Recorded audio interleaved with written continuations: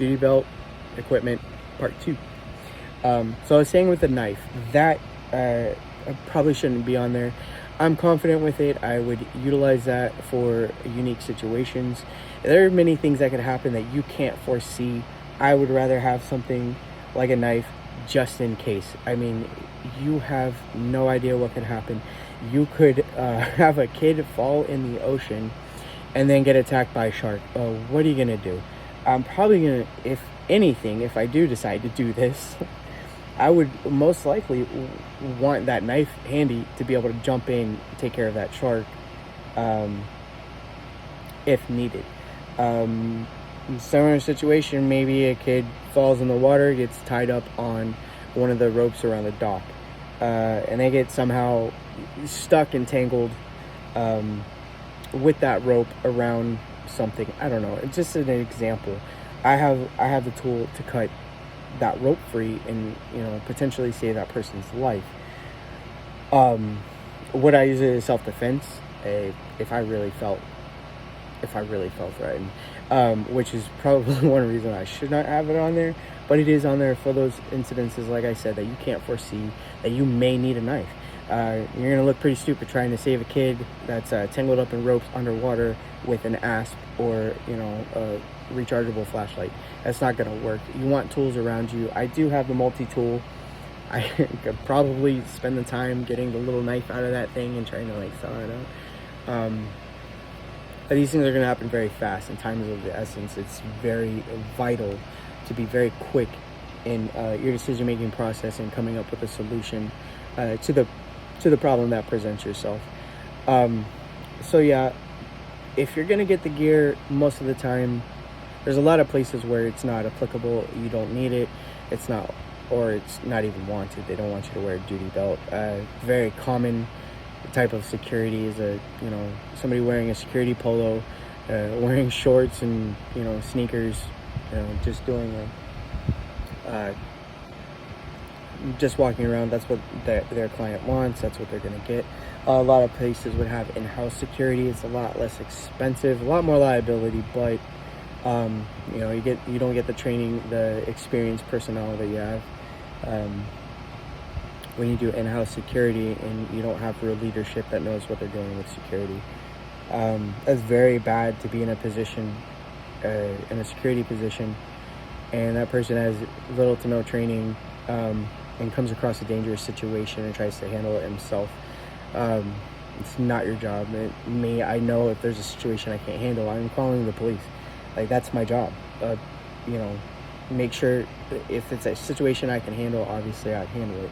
I need the tools to be able to do my job and to be able to do my job effectively and try to be prepared as best I can to situations that aren't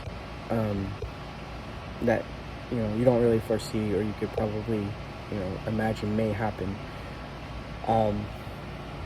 So yeah, I keep my utility belt very very light and comfortable.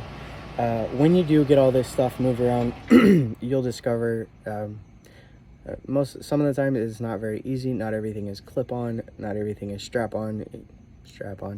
You have to move it around.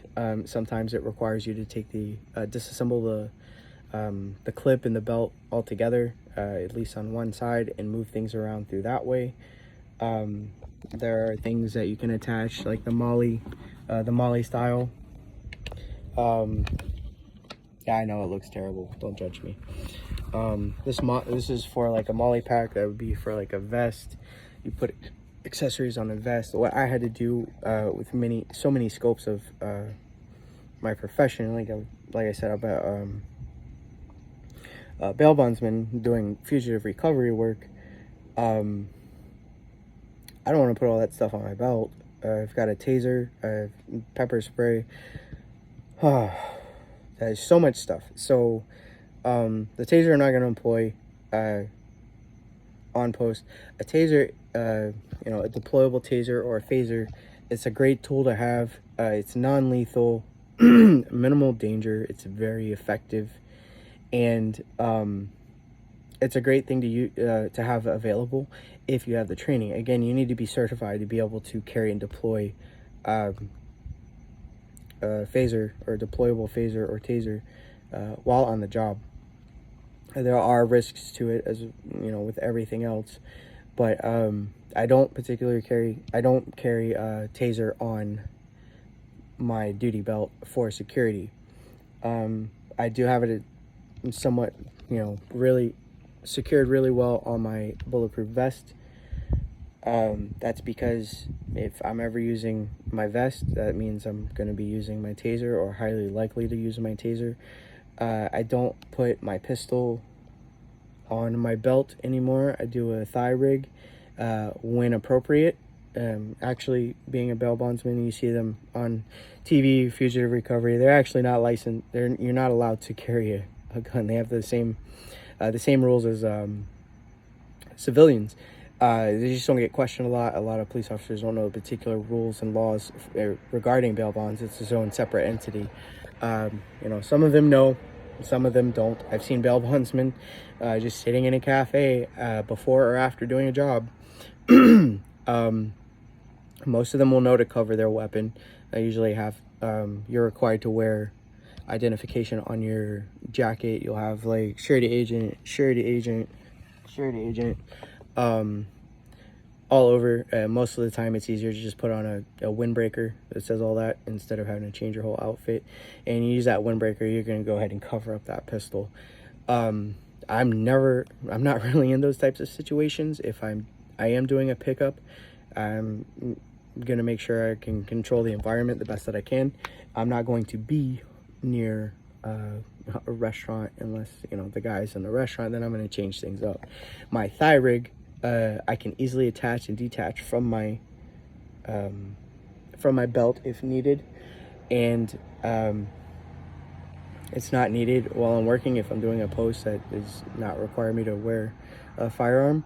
If I do have to be in that situation, I have a different firearm that I'm certified with, and with my license, I can easily take that one spot off that phone case and put a holster with retention on my belt. It slides right in, and it's pretty secure when I do that. But just make sure everything is comfortable. Make sure you once you put everything on, you sit down, make sure there's no obstructions. That the knife seems kind of weird even when I'm sitting down, but it actually comes up.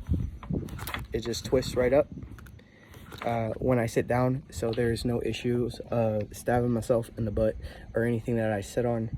It very easily moves right up to a level where it's not an issue. Again, make sure your stuff is secure. Remember, you get what you pay for with security. Any type of tactical gear, if it's cheap and a good deal, there's probably a really good reason nobody wants it.